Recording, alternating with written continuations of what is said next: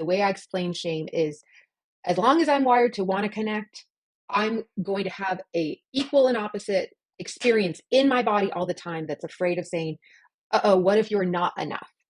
And so, of course, when you uncover your partner's betrayal, and as I explained already, it has nothing to do with you. This is an unhealthy coping skill that your partner chose, and the lying and sneaking around, that is all your partner's choice and their doing. However, our brains are wired to automatically write a story of how am I wrong? How was what I did the cause of this behavior?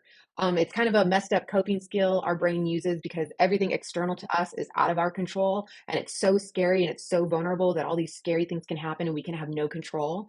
So our brain goes, I know, I'll write a story that maybe if you were a better mom, maybe if you were more attractive, maybe if you didn't nag him or have emotional needs, or maybe if you just get over it, then maybe this wouldn't happen to you. So out of fear and survival, your brain writes this shame story, and you really have to take a minute to sit down, understand what the shame stories are. And again, I go into this in much more detail in multiple stories, in multiple webinars. You can look up Kristen Snowden and shame and find a much more protracted explanation of how you work through the shame that betrayed partners absolutely experience, even though they aren't the ones who went out and did the lying and cheating and sneaking around.